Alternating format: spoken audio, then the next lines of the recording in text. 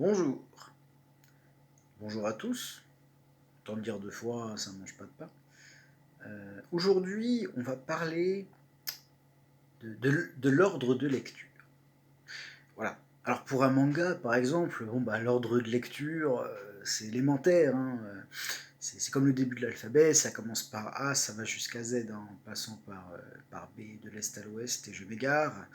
Euh, et pour un manga, on commence par le tome 1 et on va jusqu'au tome 42 peut-être, 23, peu importe. Mais pour les comics, c'est parfois un petit peu plus compliqué.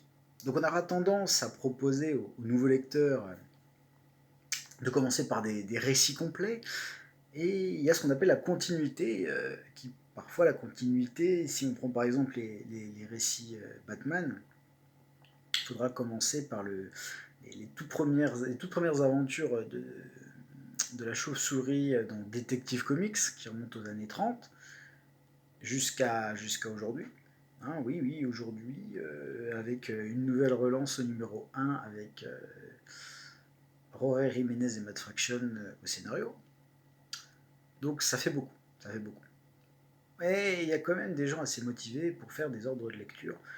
Et du coup, je vais commencer assez simplement en parlant des comics Star Wars. Alors, des comics Star Wars, il y en a eu dès le début avec les films. Évidemment, ça se basait sur le scénario des films, en rajoutant quand même des événements pour proposer une histoire mensuelle. Voilà. Donc, ils ont continué à faire des comics Star Wars, et avec la nouvelle trilogie de l'époque, donc appelée la prélogie, ils ont sorti des nouveaux comics. Et pour le coup, c'est une très longue histoire qui suit les 6 films et propose des récits annexes en créant de nouveaux personnages. Et le peu que j'ai lu, c'était vraiment très très bon. À vrai dire, je n'ai lu qu'un tome de l'Epic Collection, c'était La Guerre des Clones, et c'était génial. C'était vraiment un régal. Alors peut-être que oui, quand on est fan de Star Wars, ça joue, mais on a vraiment des comics de qualité.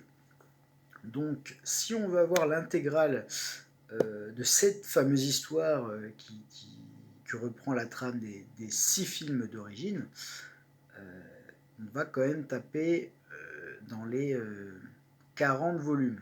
Ça fait beaucoup. Et donc c'est pour ça que je suis parti sur un petit ordre de lecture.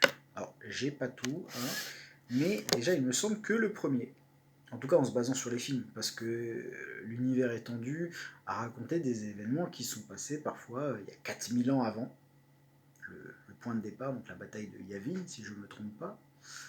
Oui, c'est ça, Yavin. Et, et d'autres récits, même au début, aux fondations de l'univers balbutiant de Star Wars, donc il y a 25 000 ans à peu près. Je dirais c'est quand même très intéressant. Et même on apprend l'univers Legacy, donc 30 ans après la fin du 6e film. Voilà. Donc, pour commencer cet ordre de lecture, si on veut se baser uniquement sur les films et pas avoir lu tout ce qu'il y avait avant l'univers étendu, on a ceci. Donc ça, c'est le tome 1 de l'ascension des Sith. Il y a plusieurs tomes par arc, on va dire. Donc, ça commence avec l'ascension des Sith. On a la menace révélée, on a la guerre des clones, bien évidemment, qui se passe au moment du film 2, comme le film. Le film 2, qui est d'ailleurs très sympa, j'aime bien. Préférence pour le 3, Voilà, je reviendrai sur l'univers Star Wars plus tard. Mais donc voilà, ça, ce serait vraiment le tout premier tome à suivre. Et je reviendrai vraiment en détail. Parce que oui, j'ai compté, oui, si on veut vraiment tout lire de cette longue période de comics, c'est environ une quarantaine de tomes. Il y a aussi des récits annexes. Il y a d'ailleurs un tome dans cette collection Epic Collection qui revient sur les aventures des droïdes qui m'intéresse honnêtement, et surtout quand j'ai vu la couve de l'édition américaine de l'Epic Collection des droïdes, justement, c'était sublime. C'était tellement beau, je me dis, j'étais pas particulièrement intéressé, même si j'aime bien les droïdes, mais du coup, je pense que je vais me laisser tenter. Mais voilà, donc très longue série, si on veut tout compléter, on a pour plus de 40 tomes, donc c'est un sacré budget, mais encore une fois, vous pouvez picorer et choisir vraiment ce qui vous intéresse le plus. mais dedans il y a quand même de très bons dessinateurs, et notamment dans ce tome 1, on découvre un des premiers travaux, il me semble, de Mahmoud Asrar. Alors, je ne sais pas si, s'il avait déjà fait d'autres trucs avant, je ne me suis pas assez renseigné, mais quand j'ai feuilleté, enfin quand j'ai lu, je suis à peu près à la moitié, il y a carrément un arc scénaristique dans cette épique collection où il est au dessin, et c'est génial. Alors, c'est peut-être un petit peu éloigné de son style actuel, mais il y a quelques trucs qui fait que ah oui c'est lui, c'est lui. Et donc voilà, je découvre un peu plus les comics Star Wars avec des noms maintenant que j'ai et bah, je me régale franchement. Donc très très belle édition. Il propose à la fois des versions souples et des versions collector. Je sais que certains aiment bien avoir tout en collector, tout en souple parce que voilà, dans la Bibli, c'est pas terrible, mais bon, à vrai dire, moi je me base sur la couve, donc si j'alterne entre les deux, ça ressemble à rien, c'est pas grave, on se fait plaisir. Donc voilà, je reviendrai sur l'ordre de lecture des comics Star Wars, mais il y a vraiment de très bons récits, et surtout si vous êtes fan de la licence, d'autant plus que là, c'est quand même vachement cool.